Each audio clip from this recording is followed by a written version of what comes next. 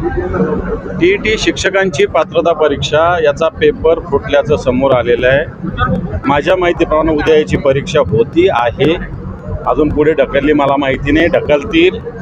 परंतु या सरकारला साधा टीईटीचा पेपर सांभाळता येत नाही।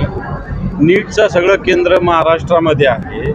हे सरकार गुड गव्हर्नन्सच्या गोष्टी करतं, हे सरकार झिरो टॉलरन्सच्या गोष्टी करतं।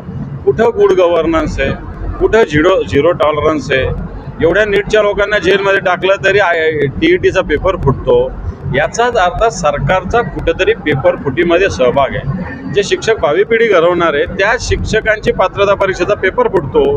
याचा अर्थ आपण कुठे चाललो हे बघण्याची आवश्यकता आहे। कुमकुवत सरकार आहे, भ्रष्टाचारी सरकार आहे आणि म्हणून या सगळ्या गोष्टी होतात। नीट पेपर भी फुटला होता याच्या आधी। याच्यात जर असं बघितलं तर आता टीईटी फुटला तर आता शिक्षक आणि विद्यार्थी याच्यात अजूनही त्या शिक्षणाचा परिणाम होणार आहे त्या शिक्षणावर 100% होणार आहे। कारण टीईटीची परीक्षा जी होतीये शिक्षकांसाठी होत असताना नीट वेगळा विषय, टीईटी वेगळा विषय। नीट राष्ट्रीय स्तरावरची परीक्षा होती, टीईटी आपल्या राज्य स्तरावरची परीक्षा आहे, शिक्षकांसाठीची परीक्षा आहे।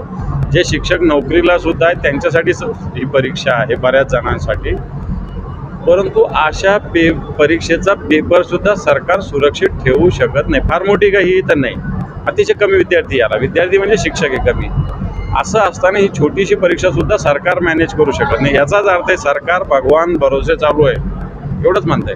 परीक्षा देणारा आणि पास होऊन त्याचं शिकवणारा दोघांचं आयुष्य अंधारात हे पहा, याच्यात परीक्षा देणारा तर परीक्षा झालीच नाही, पण आपणही विद्यार्थी राहिलोय, मी स्वतः विद्यार्थी राहिलोय, अजूनही विद्यार्थी। पण एखादी परीक्षा असली तर माणूस वर्ष, 6 महिने, 4 महिने, 2 महिने पूर्ण तयारी करत असतो।